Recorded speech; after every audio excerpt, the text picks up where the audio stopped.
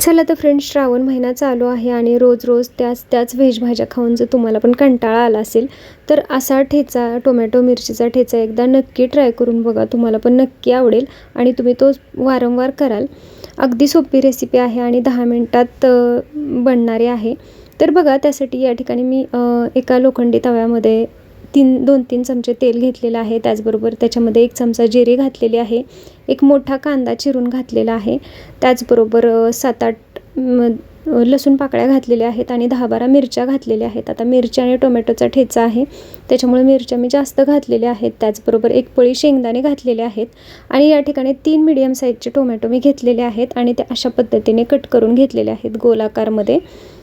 तर बघा, आता ते व्यवस्थित आपल्याला मिक्स करून आपल्याला तेलावरती परतायचं आहे. त्याचबरोबर त्याच्यामध्ये भरपूर अशी कोथिंबीर घातलेली आहे. आता हे सर्व साहित्य एकत्रच आपल्याला छान शिजवून घ्यायचं आहे.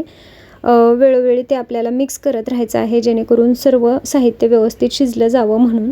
तर बघा, आता त्याच्यामध्ये आपण चवीपुरतं मीठ घालायचं आहे. मिठामुळे ते लगेचच मऊ पडतं, त्याच्यामुळे मीठ आधीच घालायचं आहे. त्याचबरोबर थोडीशी हळद घालायची आहे. हळदीमुळे छान रंग येतो म्हणून.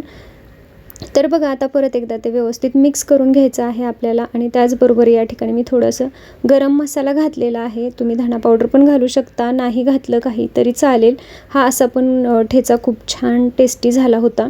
आता आपण ही कडेचे जे टोमॅटो आहेत ते सुद्धा पलटी करून घ्यायचे आहेत. ते शिजलेत का बघायचेत, आपल्याला चेक करायचेत.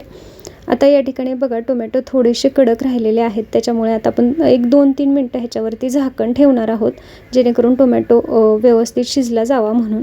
तर बघा, 2-3 मिनटं झालेले आहेत आणि आपला टोमॅटो छान शिजलेला आहे आणि सर्व साहित्य देखील छान शिजलेलं आहे. मिरच्या, लसूण, शेंगदाणे देखील छान व्यवस्थित तयार झालेले आहेत. आता आपण गॅस बंद करायचा आहे आणि एका बत्त्याने ते व्यवस्थित अशा पद्धतीने ठेचून घ्यायचं आहे. तर अगदी 10 मिनटात हा ठेचा तयार होतो आणि ते खायला तर एवढा टेस्टी झाला होता. तुम्ही एकदा नक्की ही रेसिपी ट्राय करून बघा.